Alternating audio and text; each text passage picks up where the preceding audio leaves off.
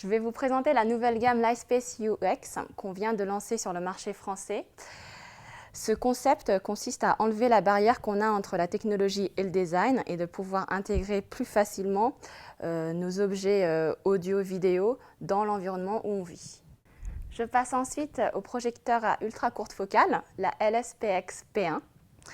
Comme vous pouvez le voir, le boîtier est très compact et est disponible en blanc. Le blanc parce qu'il s'intègre plus facilement au mur, donc il est très discret et ça va matcher à tout votre intérieur. Donc c'est un projecteur qui va afficher un écran de 55 cm jusqu'à 205 cm en 720p. Donc en haute définition, vous aurez la qualité d'image parfaite pour pouvoir profiter de vos photos et même d'un film.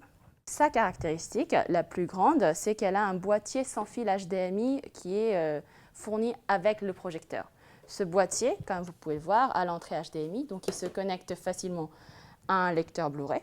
Il peut se connecter aussi facilement à votre box ou à votre téléviseur ou même à votre PlayStation ou une autre console de jeu qui a une sortie HDMI. Donc ce boîtier, comme il est sans fil, il se connecte en Wi-Fi direct avec le projecteur. Et donc, chez vous, vous pouvez apporter le projecteur où que ce soit dans n'importe quelle pièce. Et en fait, ça permet de ne pas avoir toujours les fils autour du projecteur qui soient connectés pour avoir le lecteur, la box, la télé et tout ça autour du boîtier. Le projecteur est aussi a une batterie intégrée, donc 2 heures de batterie. Ça vous permet de profiter d'un petit film, d'une petite série dans votre lit ou même dans votre jardin. Il a aussi des enceintes intégrées, donc c'est pour ça que ça va permettre de profiter des films. Et tout ça se contrôle via une application aussi qui sera dédiée au projecteur. L'application du projecteur va permettre de sélectionner la source de projection. Ici, on appuie sur le bouton HDMI, ce qui permet de diffuser la source qui est connectée au boîtier sans fil HDMI sur l'écran. Donc là, vous avez le film sur l'écran.